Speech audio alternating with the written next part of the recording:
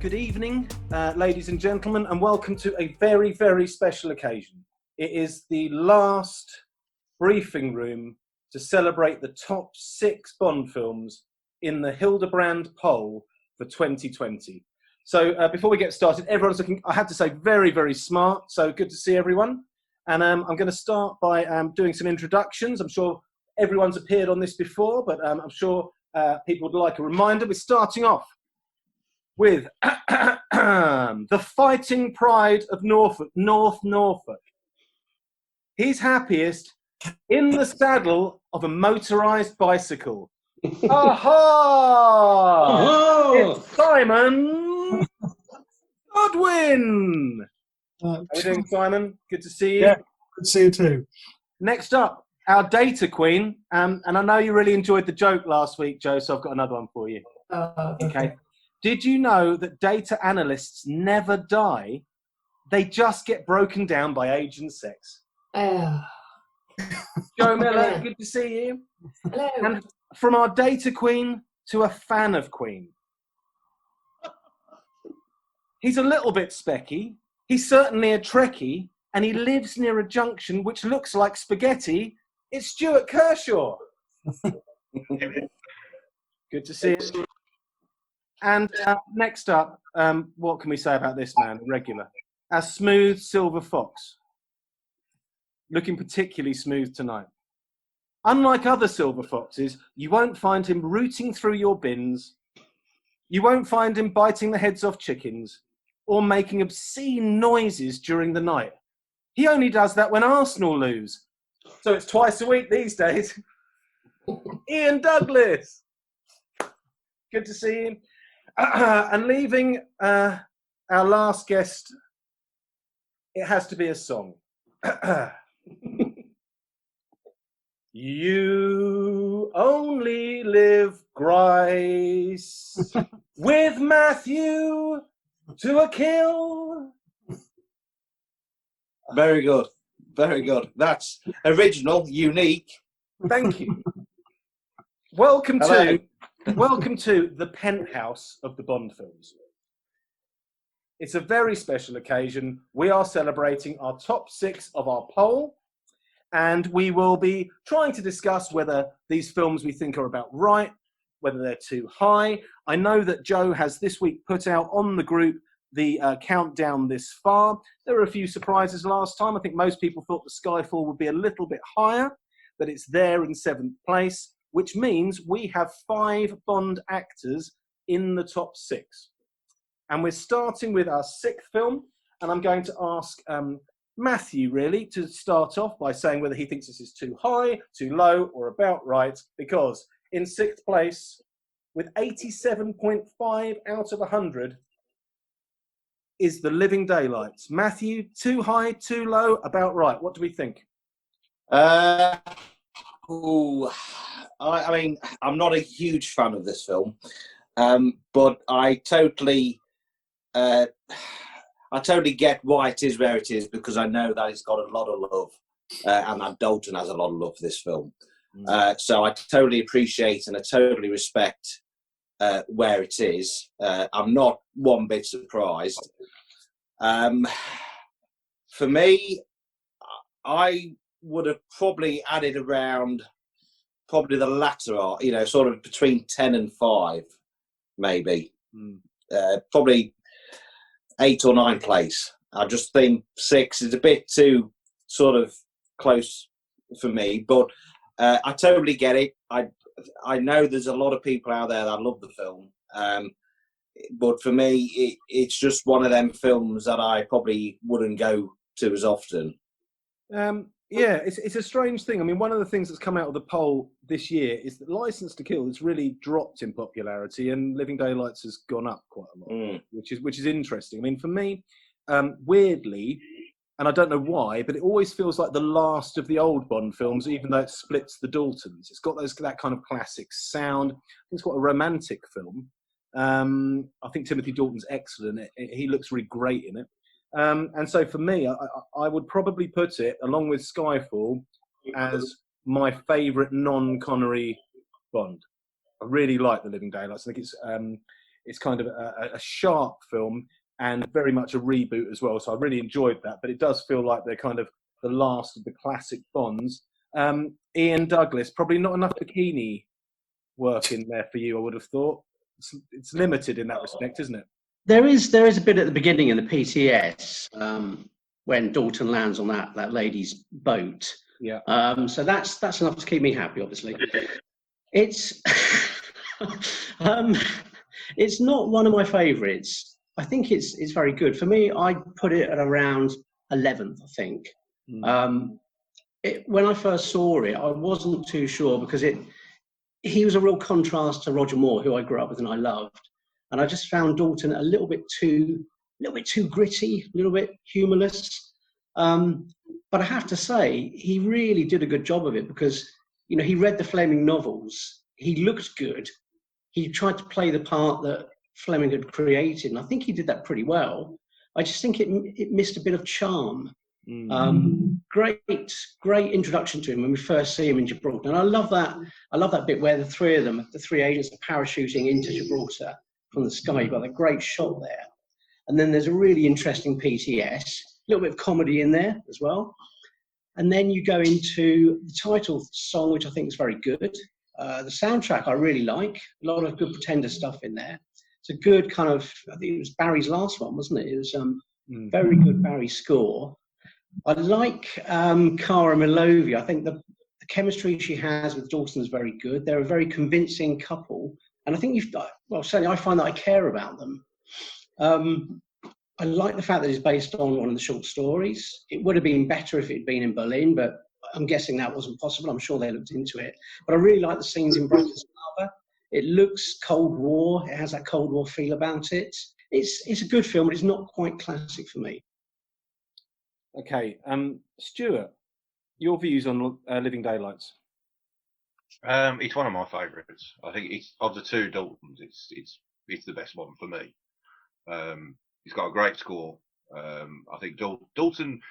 I don't think people warm to him. I think that's the problem why he didn't become as successful as it could have been, or as successful his run didn't go on.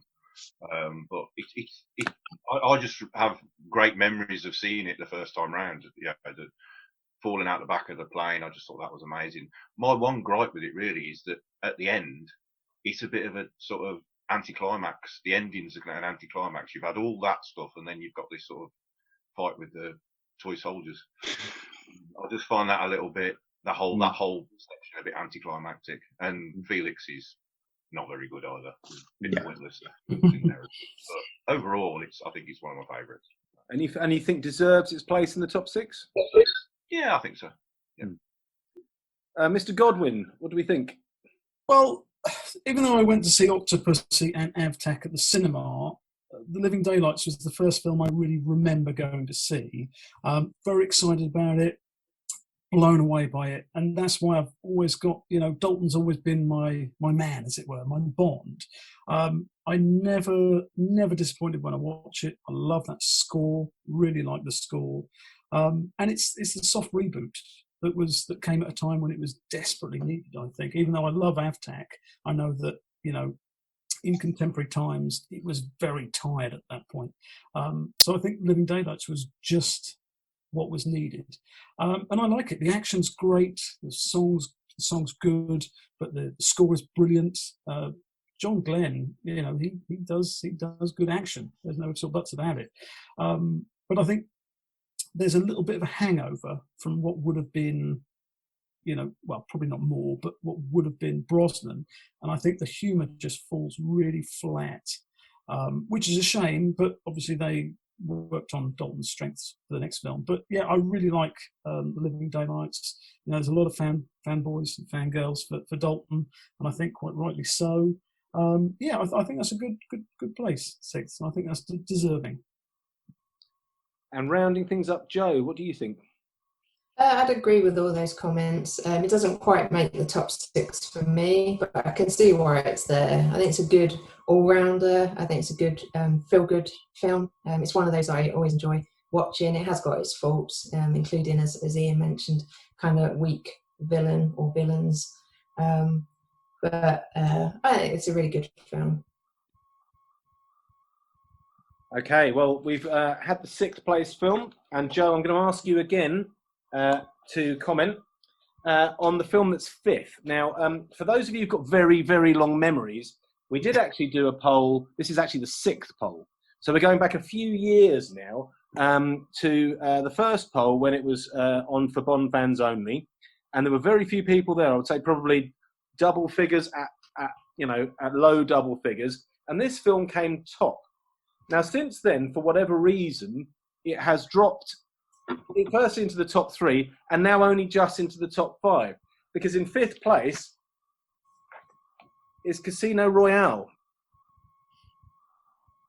2006. Joe, that's it's dropping, isn't it? Why do you think? It is. Maybe it's one of those that has been a bit overwatched now. I think sometimes films can suffer from that. I think it did amazingly well, as a reboot. I don't think anyone would have predicted it would do quite so well. It's still really enjoyable to watch, so it's definitely up there with one. It's the top 3 for me. But I can see why it can get a bit tired on repeat viewing, particularly that section around the poker game. When you know what's going to happen, that really does drag quite a bit. And maybe it's just the reevaluation of the other films around it is the reason it's dropping. It has dropped almost 2 marks as well as 2 positions, but I think it definitely deserves to be up there certainly in the top 6, if not in the top 3. Quite a few of the members on the group were predicting that it would win. Matthew, that is quite low, isn't it? Yeah, I mean, I was probably expecting it to be at least in the top 3, as Joe said, but I'm still, kind of happy that it is where it is, and yeah, and I'm not really surprised either because it is a good film. I mean, the only thing that kind of did me was that this was obviously sort of a reboot, and at the time a reboot was pretty a new concept. I mean, I think Batman Begins was the first film we had as a reboot, and they kind of said, oh yeah, we're going to do the very first Bond novel, Casino Royale, was set in modern times. And I thought, well, Casino Royale was set in the 50s, and if this was Bond's first mission, what about the other actors? What about Roger, Sean, Pierce, all them? So the old reboot concept, I just could not get my head around. And then when I went to the cinema, I thought, right, okay, I've just got to just wipe the slate clean. And I went in and I absolutely loved it. I mean, it was just a different angle on Bond. We kind of saw the emotional side of Bond, and it just seemed a lot more realistic. And I thought, you know what, I'd be quite happy to see Bond, go to a urinal and take a wee. Why not? Because that is what you do. That's just adding the realism to it. Or, just popping into Tesco's, buying himself a sandwich or something. I thought, well, why can we not see more of this? Because after all, Bond is human. And Daniel Craig had made Bond human.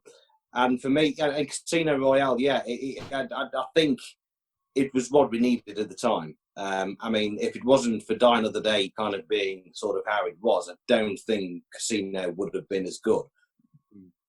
I mean, my thoughts on it, or my initial thoughts on it, is it is one of the films that are benefited most from being on the big screen. I remember being blown away by it on the cinema, and not so much when because it's been repeated quite a lot on television as well, which hasn't necessarily helped. I mean, some of the things I think are really great about it, which are true of all the Daniel Craig films. I think suddenly after the Brosnan era, death actually starts to mean something again. And when he hurts or he kills somebody, it actually sort of has an impact on him as a person, which, I know people mention the shower scene a lot, but I think that was just a wonderful scene in the film.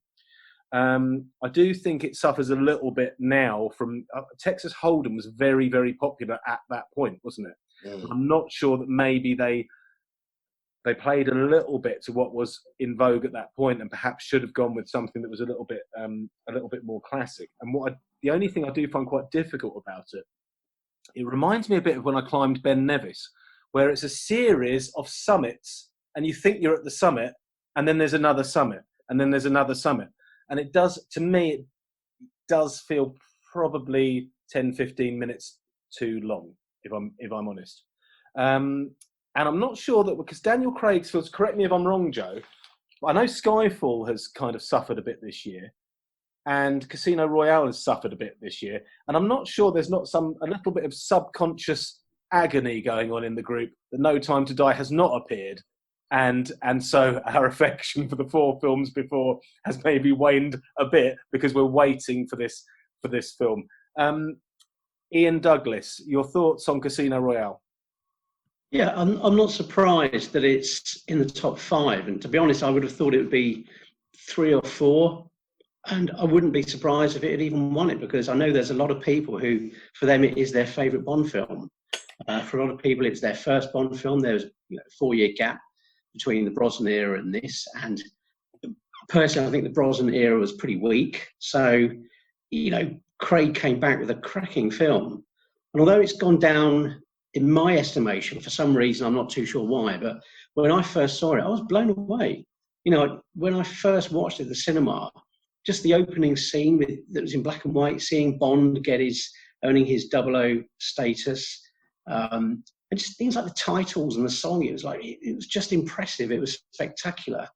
And then you have the stunt with the parkour and the free running, the crane scene. There's a lot of really physical action that Craig does so well. And although he is, I'll admit, he's probably my least favourite of the Bond reincarnations, I still think he's probably the best actor of the Bond actors. Definitely. He's just not what I want to see in a Bond. He's just a bit too physical, a bit too muscular, more on the action, less on the charm. But it is a really good film, and I think part of the reason it's gone downhill slightly for me is I think Skyfall's a better film. I prefer Skyfall. I think I agree with you, Ian, in that I think I was so impressed by Daniel Craig's performance in Skyfall, regardless of the film. His performance, I thought, was fantastic in that it kind of looks like an evolution from Casino Royale, which is, it's quite difficult, isn't it, then to appreciate the performance you loved so much at the time when you know where it's going. So I definitely agree with that. Stuart, Casino Royale, too high, too low? I think it needs to be top 10, definitely. I think it slipped down a little bit for me over the years because, like everybody else, I was blown away at the cinema. I just came out just like, wow, what have I just watched? I felt like what people must have felt like in the 60s when they first saw a Bond film. This was just something so different, so spectacular. It was just brilliant.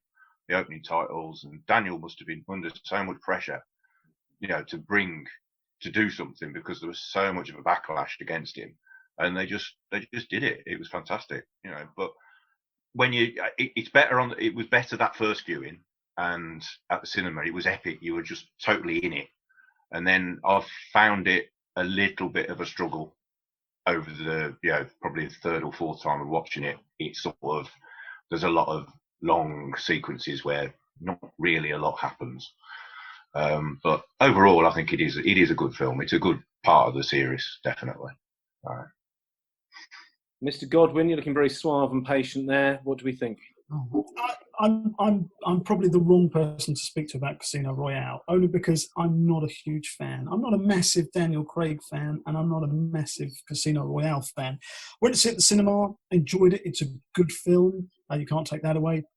I understand the appreciation and the love for it, but it's just really not a film for me. I find the soundtrack's boring.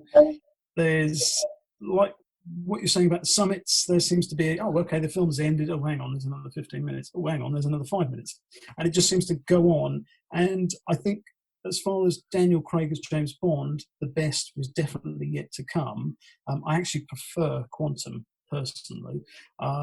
It just, I don't know. It was what was needed at the time. I get that. You couldn't have another Die Another Day, heaven forbid.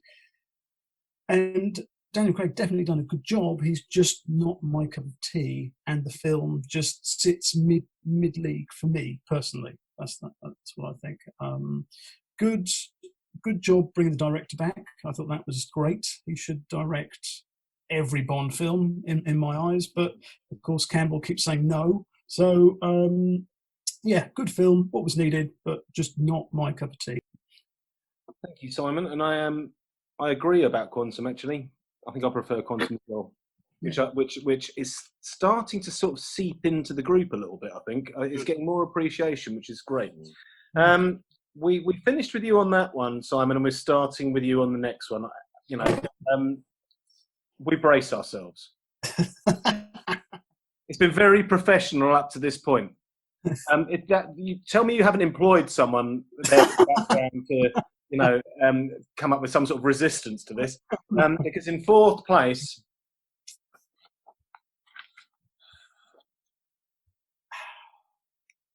on Her Majesty's Secret Service, with a very respectable 89 out of 100, and 89 appears to be, Joe, where it's lodged, isn't it? Yeah, stayed the same in terms of pretty much the score and also its overall ranking compared to last year. Thank you, Joe. Simon, if I could start a timer on my phone, then pass it on to Ian and start another time. No. Simon? Look, for me, this is the best Bond film, bar none. You know, I think it's a sacrilege that it only comes fourth. I do think that any poll, if Connery's not coming first, you know, then there's a problem there, because I think he is the man.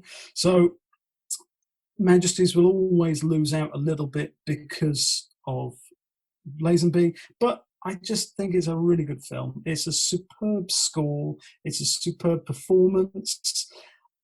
All the actors, well, maybe apart from Gunther, but they are just superb. It looks amazing. I love watching it. It's what I call an event film, where I'm not going to watch 15 minutes of it. I'm not going to watch a snippet of it. It's not going to be on in the background while I'm doing the ironing or whatever else. It's a lights down, film on, surround system turned up, bowl of popcorn, couple of beers. It's an event film. It's that good. And from the moment it starts, I enjoy it every second, right till the end. And I thought, oh, God, it's over. You know, 2 hours and however many minutes, 14 minutes, I think it is. And I think, God, it's over. I want to watch it again. Not many films make me do that. And I don't really understand how people can love Bond and not like Majesties. But it's all horses for courses. But yeah, it's 100 out of 100. It's the best film for me. I understand why some people might not think, you know, people might say, okay, yeah, it's a 4, whatever. But yeah, it's a superb film. I love it. Right. I love it. I love your passion for it is legendary, as lots of people's is, and it is certainly. It's really difficult for some. I don't, as you know, have a great love for the film, but it's very difficult to ignore something that does stir up such love in others, and you can't ignore that. People feel very passionate about it, and it's lodged there. I think it's. I may be wrong, but it's sort of scooted about between third and fourth every year, and it's. I keep expecting it to win. Joe, you've got the stats, but also, you know, how do you feel about Majesties? It's certainly the biggest talking point on the group, I would have thought. Yeah, coming into sort of the Bond kind of fandom world, I think that it was a real surprise to me how highly regarded this film is. And as a result, I've sort of reappraised it myself, but it's still only a mid-table film for me. I know, I'm sorry. I do think it's a pretty cool film. I think it looks great. I think the action's good, but I think fundamentally, I don't see Lazenby as Bond. I can't get beyond that. Maybe because I came to it so late when I'd seen all the other films. I find that a bit of a sticking point, but I totally understand why it is popular. Now that I've spoken to people who really love it, I get that, but it's not for me, I'm afraid. Matthew? Well, it's definitely Lazenby's best one, I must admit. But yeah, I mean, for me, it's definitely sort of come higher over the years. I mean, when I first saw it, probably about, I don't know, 20 years ago, I did not enjoy it. My dad would just say, you know, this is the Bond that was crap, you know, and as I watched it, it just didn't make sense. And I think it was the continuity, because like the time and everything, you know, the timeline didn't sort of blend in with the film before. You know, You Only Live Twice, Connery came face to face with Blofeld. Now Bond and Blofeld are face to face and they don't recognise him. So it took me a long time to kind of get my head around that. And it was only probably 10 years ago when I read the novel, and then that's when I realised how faithful the film was to the novel. And I thought, well, actually, you know, that kind of makes it better because it is pure Fleming. And then all of a sudden, I kind of just saw Lazenby in a different light. I thought, you know what, he's actually done a pretty decent job. I mean, some people say he was wooden, but otherwise, I think he did quite a good job. And, you know, yeah, I mean, yeah, it's pretty much faithful to the novel. There's a fantastic score there. There's some, you know, really good kind of probably skiing sequences, which were probably a bit ahead of its time. So, you know, and so, yeah, I mean, they had a lot of action there. And of course, there was a love story as well. You know, we saw Bond settle down and get married, and then sadly she got killed. But yeah, I mean, the cast was great. You know, we had Telly Savalas as Blofeld. So yeah, I mean, again, I know that there's a lot of people out there that love this film, and this film gets a lot of love. So I'm probably not at all surprised that it is in top 5. And I think I'm pretty happy with where it is in the poll at number 4. So yeah, I think Her Majesty's Secret Service. Yeah, I think it is where it is, and I think it deserves its place to be there. To be honest. Yeah, I'm. It's growing on me. Really? Yeah, slowly though. It's going through the 50s, which sounds awful, but it's sort of like high 50s now. And I'm beginning to kind of almost by some sort of osmosis starting to appreciate some of the things, like Matthew, you saying there about the ski sequences. The ski sequences are wonderful. I can't get over George. And I don't find it as much fun as a lot of the other films. And I do think it's a little bit too long, but might be more of a reflection on my attention span than on the film itself.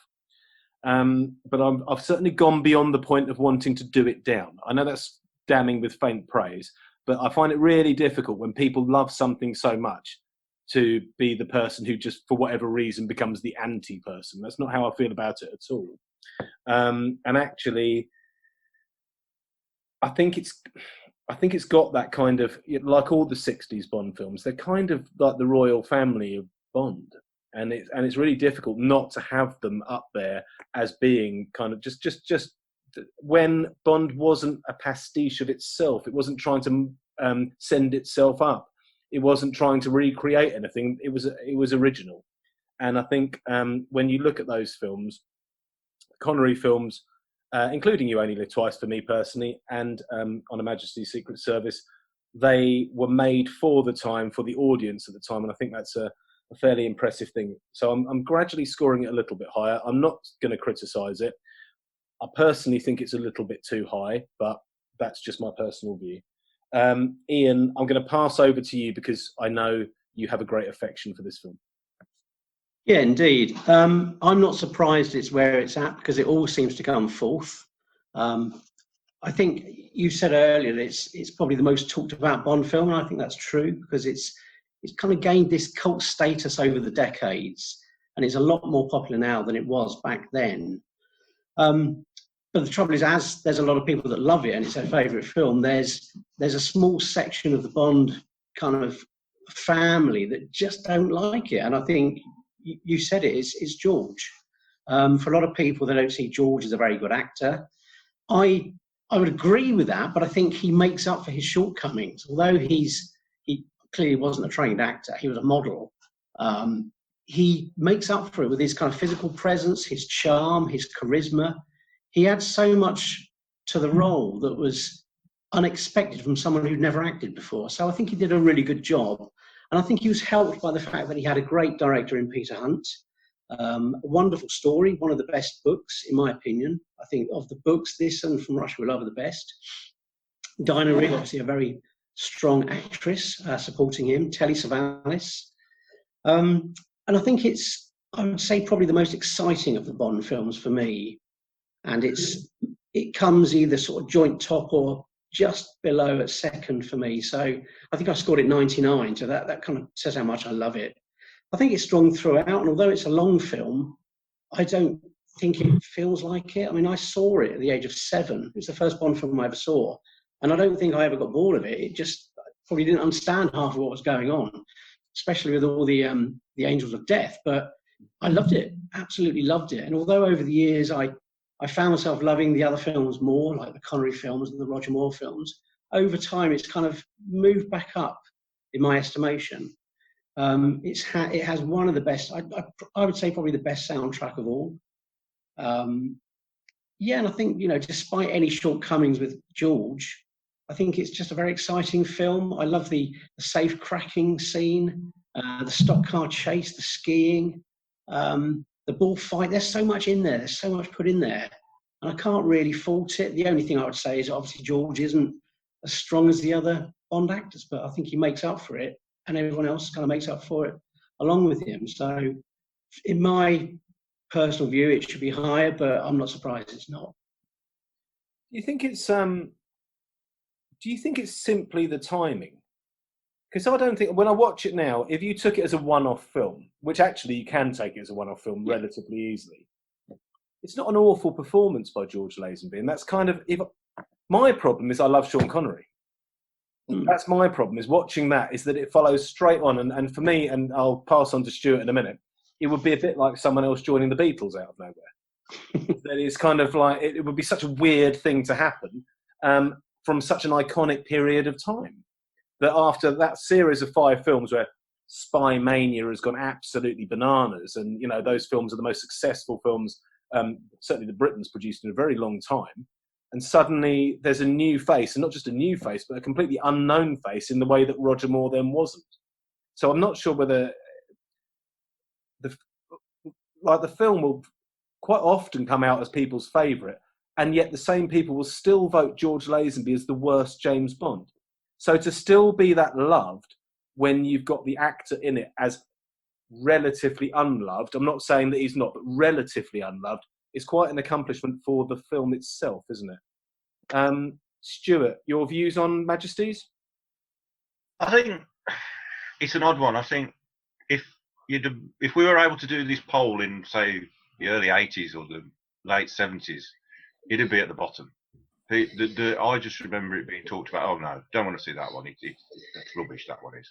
My dad used to say, "I'm not watching that one." I had to go. My first time I watched it was in black and white on a small portable TV in my bedroom. That was the first time I saw it, and I thought it was great. Really, from that tiny viewing on a tiny screen, I thought it was great. I really enjoyed it. And then we're at school the week after, people were saying, "It's not that bad, is it?" So I think there was around about that time, there was starting to be a bit more people were saying, actually, it's all right. You know, I think I've watched it a lot over the years. I think it is an entertaining film. It is a bit long. I think the thing that jars with me with George is the dubbing, where they have to dub George Baker's voice. I find that takes me out of it sometimes. You know, I actually didn't realise when I first saw it that that's what they'd done. It's only a few years later when I watched it again, I thought, oh, yeah, that's what they've done. You know, it's just takes me out of it, unfortunately. But it's on its own. It's the one on its own. To use a music analogy, Alex, it's the hot space of James Bond films. A lot of people don't like it, and a lot of people do like it. So, really, dear, oh dear. Right, Stuart. You finished the 4th film. You finished Majesties, which has just missed out on the medals. 3rd place with a score of 90.5. The defending champion, just a little bit of background for people watching. Casino Royale won years ago, the first year we did this poll. And last year, this film won, but it has dropped down to third. So in third place, Stuart, Goldfinger. What do we think? I think it's the iconic 60s spy film. A lot, for me, along with You Only Live Twice. I think it's just, it's the Bond phenomena. That's where it all started. Okay, you had 2 films before that one, but everything clicks into place with that one. It really does. I think it's just, it is. Maybe I've watched it a lot, and I do tend to see a lot of faults in it. And Bond actually doesn't really need to be there a lot of the time. You see, and he tends to get locked up and knocked out quite a lot. But I think Sean, he's got a twinkle in his eye all the way through it. He really has. He's really found his stride, and it's just great. I mean, the gadgets, the Aston Martin, the golf game, everything. It's probably one of my first memories of Bond. Is seeing that on TV whenever it was premiered in the mid '70s, and I just remember being like seeing the end of it, and Goldfinger was sucked out of the plane, and that just made me scared to go on a plane. So I didn't want to get sucked out of a plane. You know, that was just scary. I thought that was the way he gets sucked out. But it's one of them. It's just a great classic film. It's I think maybe Skyfall's challenging it a little bit, but it's still sort of the first Bond film that most people who don't follow Bond films would mention as a Bond film, isn't it? Still that iconic film. Still the kind of the sort of benchmark, all those elements being put in place. It's a fantastic looking film. Simon Godwin, your thoughts on Goldfinger? Well, simply put, if there was no Goldfinger, we wouldn't be looking forward to watching No Time to Die in 2023. It's the icon, it's the blueprint.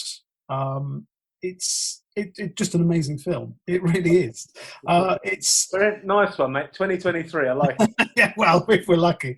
But yeah, it is really, really good. I mean, I must admit, Guy Hamilton, I'm not a huge fan of his directing style, and he obviously has a very lighter view on Bond than what Terence Young did.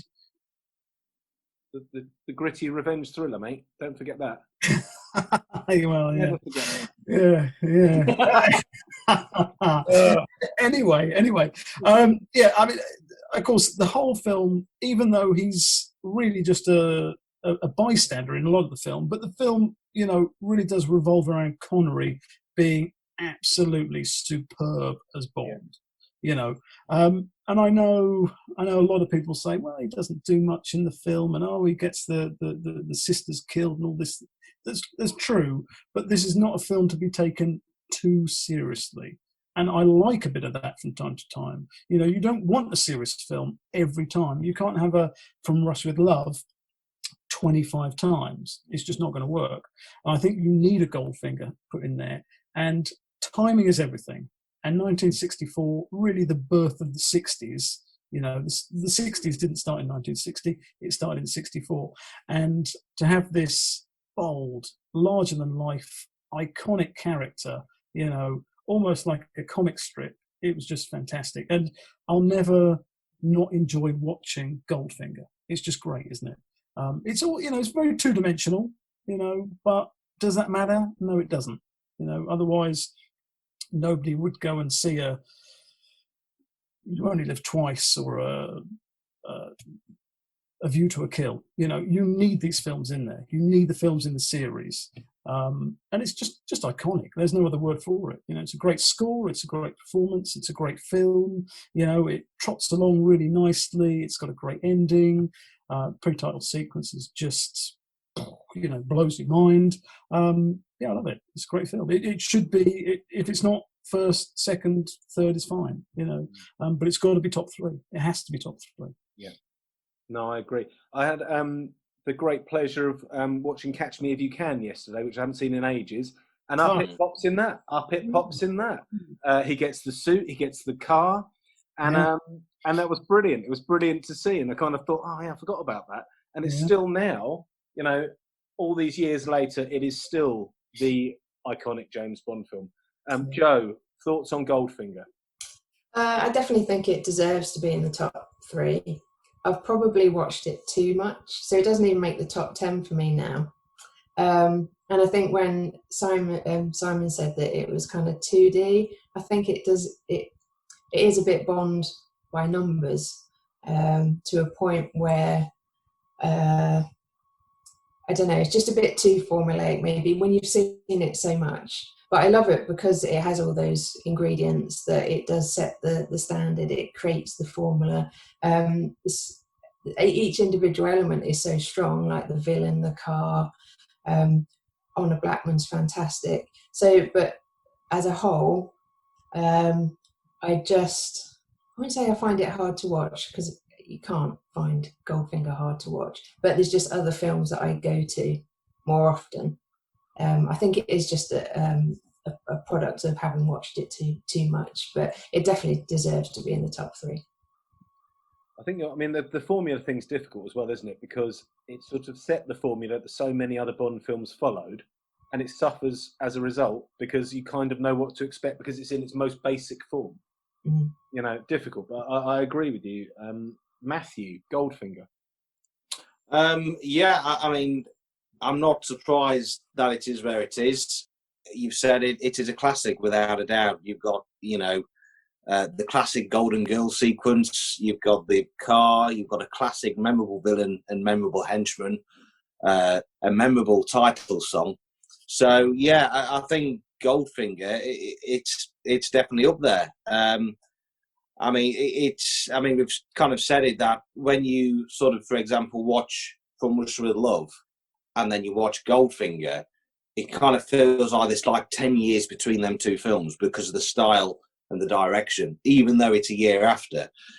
So yeah, I mean, I think Guy Hamilton, I kind of understand what Simon's saying a little bit. I think out of all the Guy Hamilton films, I think Goldfinger is the best. And I think he has definitely, quite easily set the formula. But yeah, Goldfinger, I mean, I'm definitely happy that it's in, the top 3. And I kind of imagine that it might be there for a while. I can't imagine it ever really going too far. But yeah, I mean, I think it is a classic, and it is pure Connery. Ian Douglas, last obviously person to comment on Goldfinger.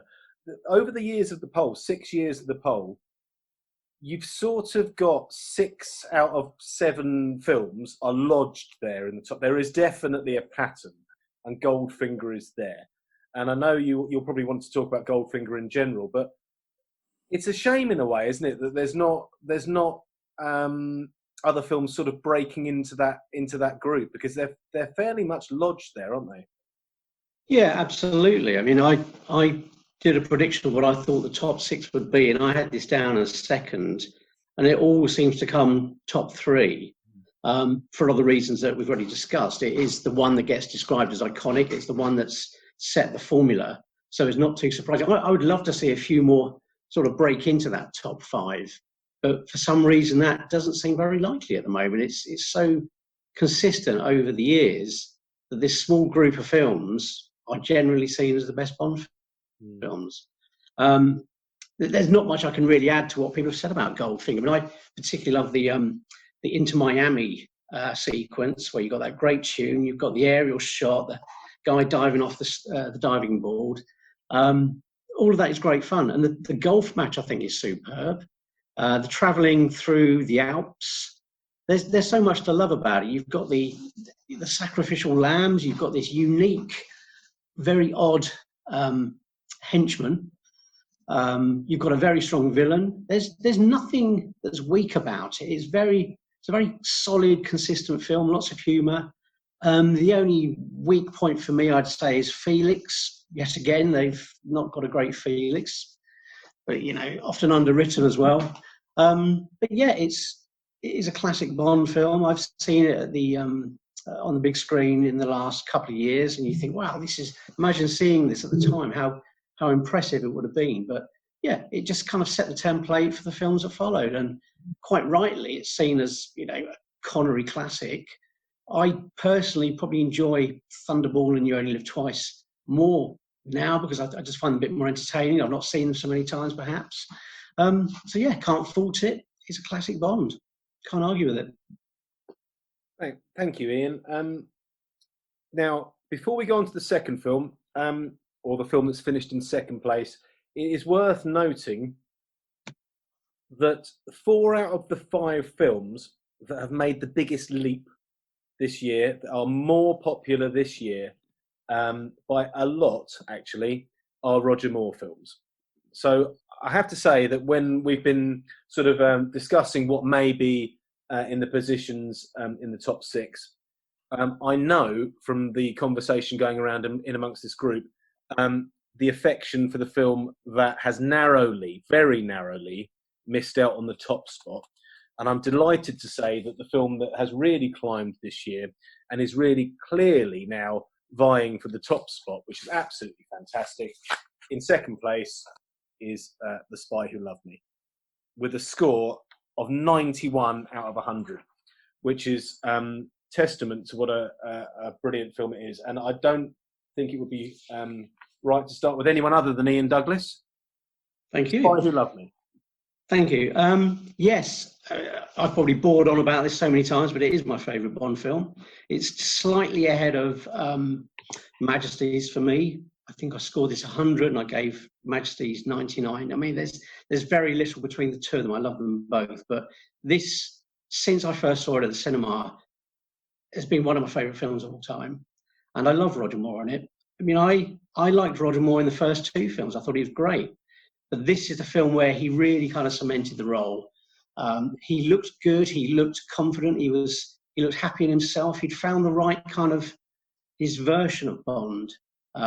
Slightly different to the first 2 films. Not quite as hard as he was in The Man with the Golden Gun.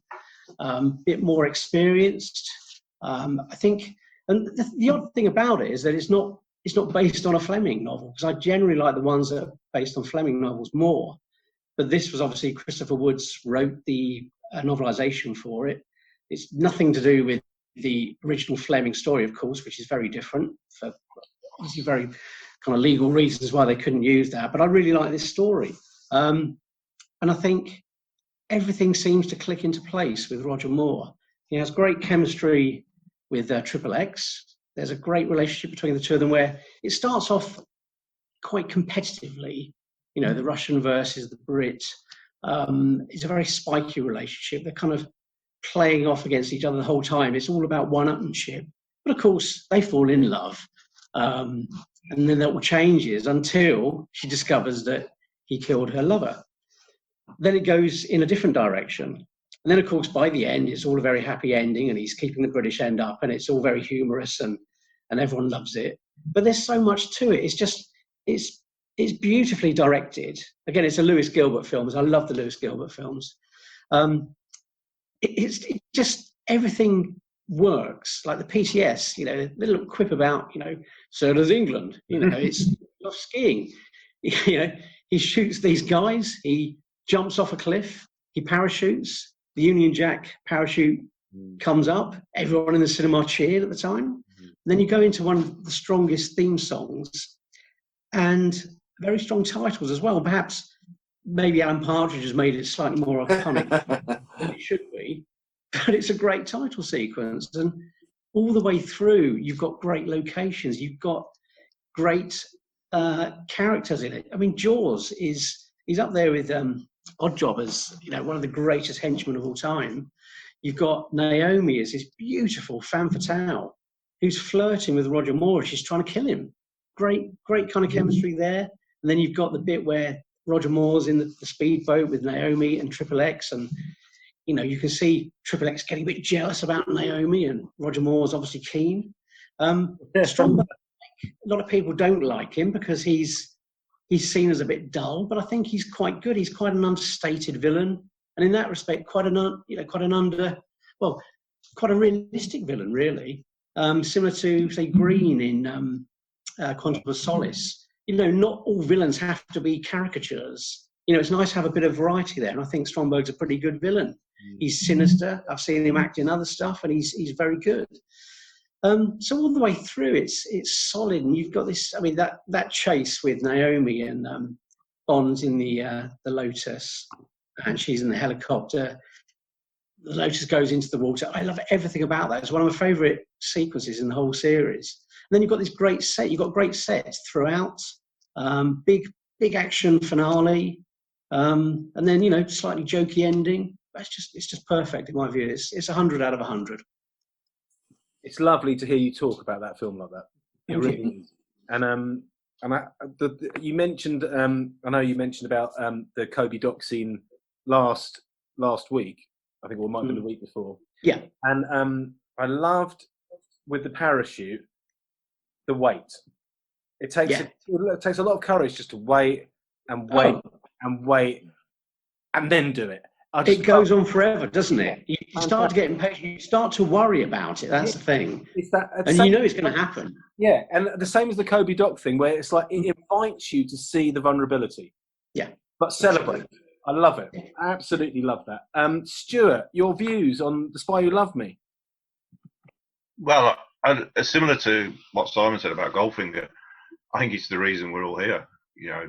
Eon was so much under pressure to make it a good film. After all their problems, and it was the first time Cubby was on his own, and they just threw everything in, and the results speak for themselves. It's just a great entertaining film. It's one of two fantastic films that were released in 1977, so it's just brilliant. It's a great film. And Simon, your views? Well, when I was a boy, in the Godwin household, there was 3 films that I just watched over and over and over and over and over again, and it was Goldfinger, Live and Let Die, and The Spy Who Loved Me. And it's almost, I find it not a struggle to watch the other 2 films. I still enjoy them, but every time I watch The Spy Who Loved Me, I still think, oh God, I've got to watch this again. I watch it and I'm like, I love this film. It's so entertaining. It's so good. And just like Goldfinger, it revolves around Moore, obviously with Connery and Goldfinger, but with Moore just being so brilliant, just being so charismatic, so amazing. And he's just so good in that film. And yes, he plays the part different in different films later on, which maybe I prefer that interpretation. But as far as a charismatic leading man, I don't think you can get better than Roger Moore in The Spy Who Loved Me. It's just brilliant. And again, just like what happened in '64, it's iconic. You get somebody into James Bond, you're probably going to say, here's my copy of The Spy Who Loved Me, go home, watch it, you'll be a Bond fan, And certainly with my 2 sons, they're playing with the little Lotus, and I say, okay, and I have to time it right, I have to wait until they're into it, but I show them that car chase, and that's it. They're Bond fans, And it's just, my only gripe with it is I don't like the score.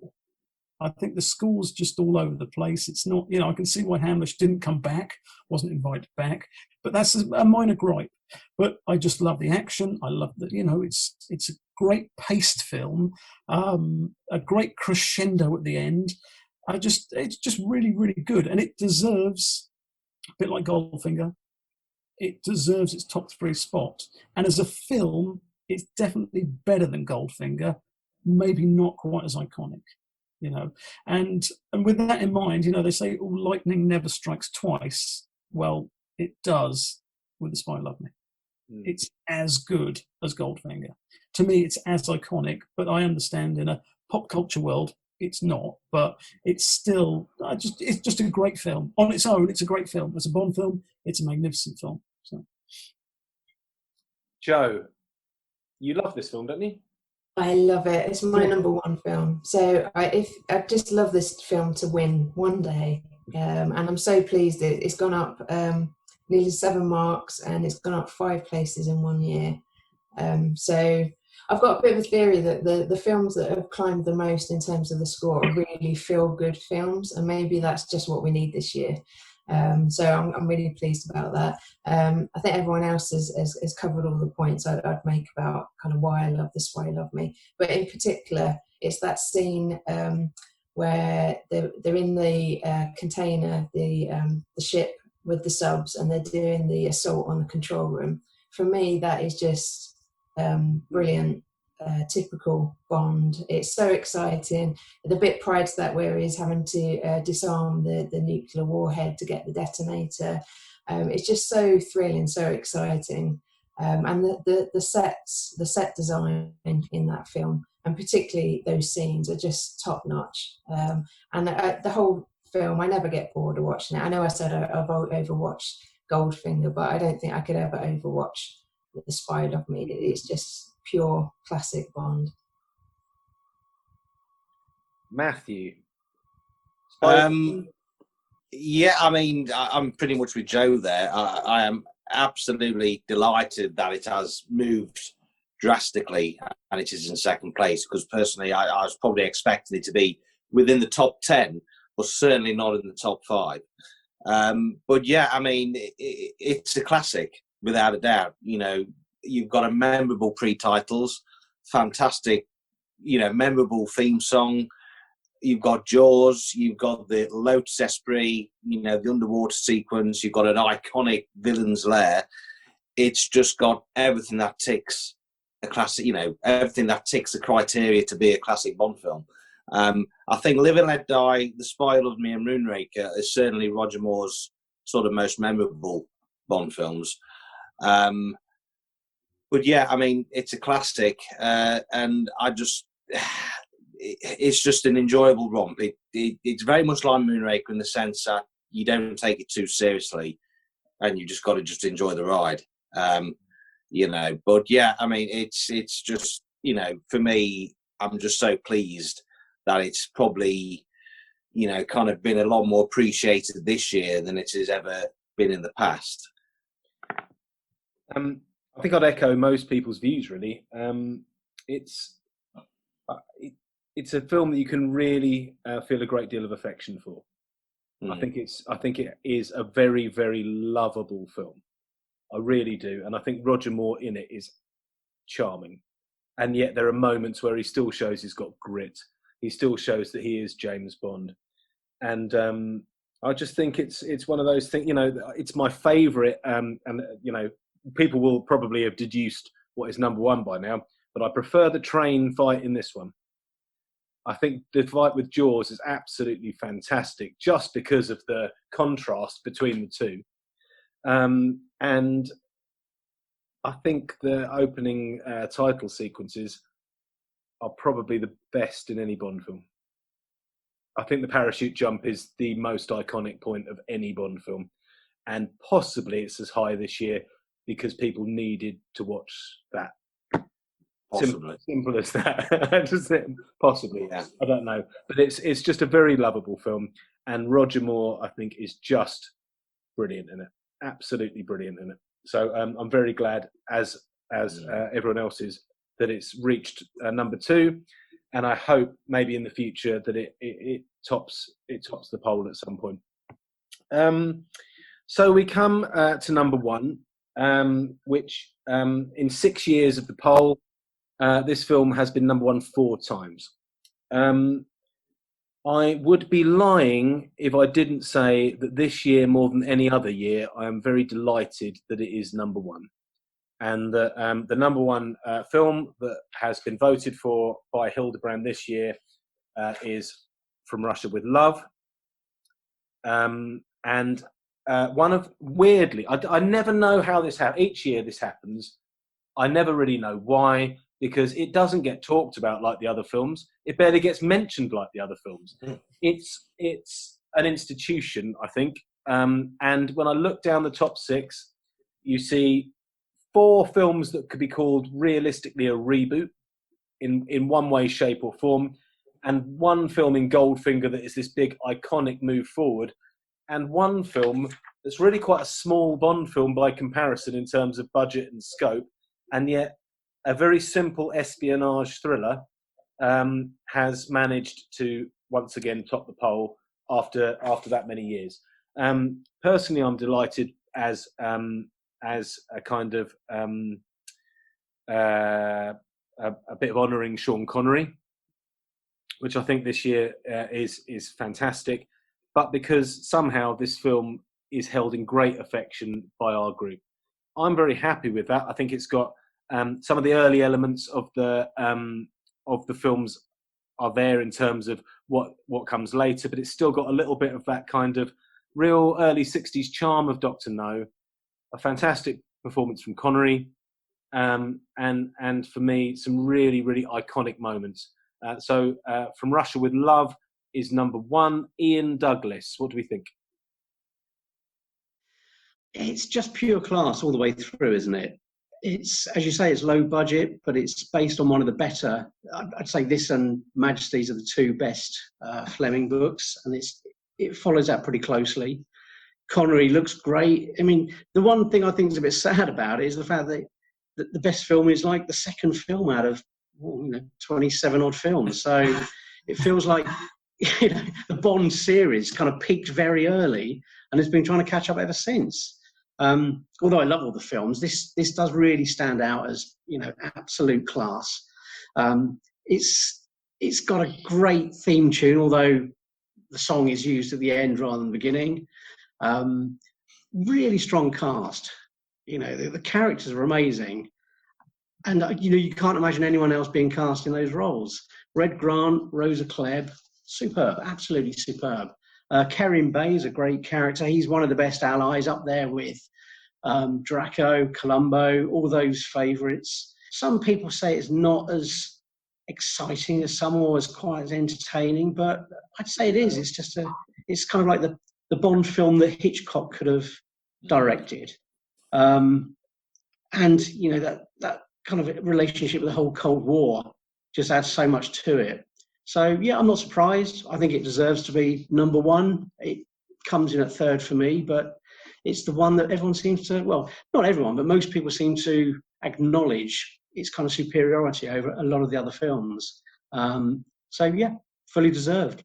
Very happy. Thanks, Ian. Stuart, is it just the film that nobody really hates or doesn't like? It builds on Dr. No so well, because you look at Dr. No and you watch that, they are total opposite kind of films, and they've gone so different with it. And I think that's another thing that why it worked, because it was a sequel, but it wasn't the same. It was rare in them days. You do a sequel, a lot of times sequels just are the same over and over again. But that was such a different film, and it stood the test of time. It is a bit slow in parts, but overall, I think it's great. Connery is fantastic in it. He really is. And I think Red Grant is great. So sinister. It's a really, really good film. Really good. Builds on a lot of stuff. Builds a plot line. You've got the sort of plot line with Spectre going through it as well. So it's just a classic. Really. Both those actors look so hungry to do well in their performances, don't they? It's kind of quite a competitive kind of set of performances. Simon Godwin, From Russia with Love.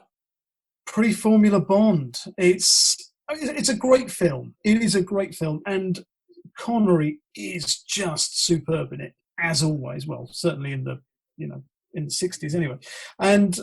But it's just not my go-to Bond.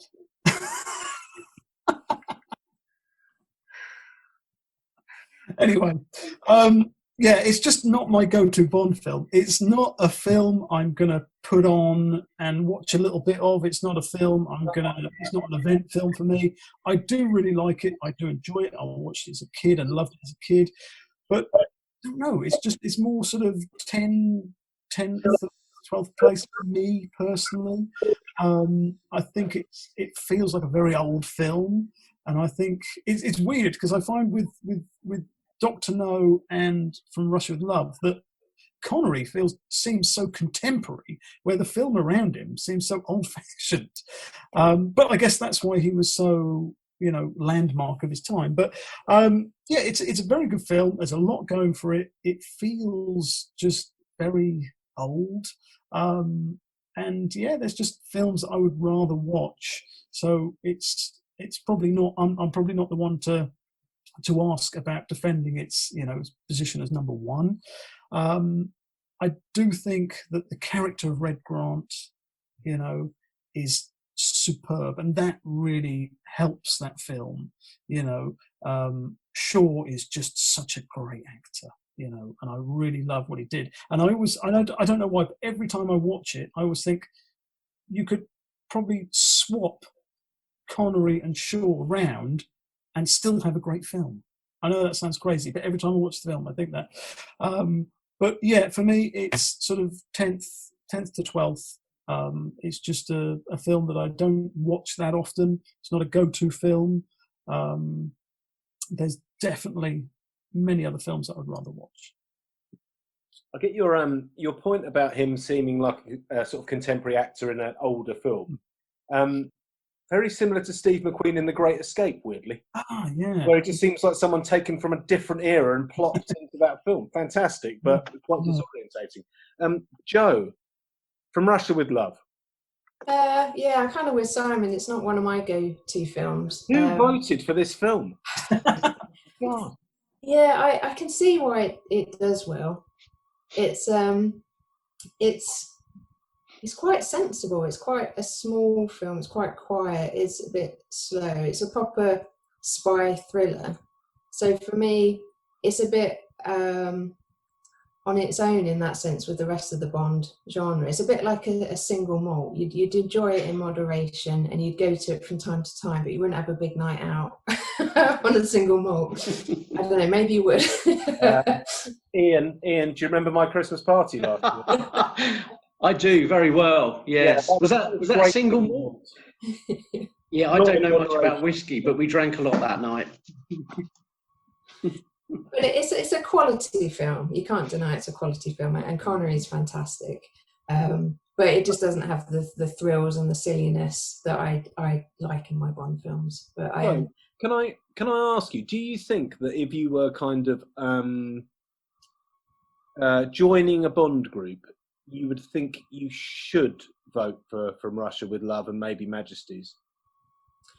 Yeah, I think it's if you're wanting to be a connoisseur, perhaps it's the sort of it's the distinguished kind of view to have. It always surprised me it did so well, a bit like Majesties when I came into the Bond groups. But I can see. So I like a Cold War spy thriller that's a bit kind of dry and serious, but I don't go to Bond for that. One day, the Moonraker will get number one, won't it? It's going to happen at some point. The revolution starts here. A View to a Kill. Well, that may be pushing it, but or Never Say Never Again. Yeah, that could happen. Matthew, we're going to finish with you. Okay. Your views on our winner From Russia with Love, and its sort of lofty position now, 4 years out of 6 as our poll winner. Yeah, I mean, I'm kind of the same with Joe and Simon. It's certainly not my sort of go-to Bond film. So, and I wouldn't exactly probably vote for it to be number one. I'm not too sure where I would place it without offending people. But no, I mean, it's a strange one because it isn't a classic Bond, I don't think, not on the terms of Goldfinger. But yeah, it's a Bond that also, as you said, Alex, seems to kind of get forgotten about. So I don't know. I mean, until the poll each year, and then people give it 95. It's bizarre.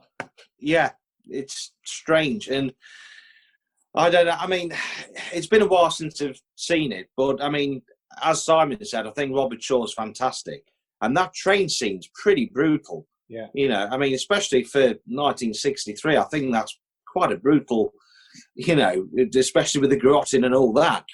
And yeah, I mean, you got Rosa Klebb, and yeah, it is 100%. Well, I mean, it is pretty much faithful to the novel, which is always good.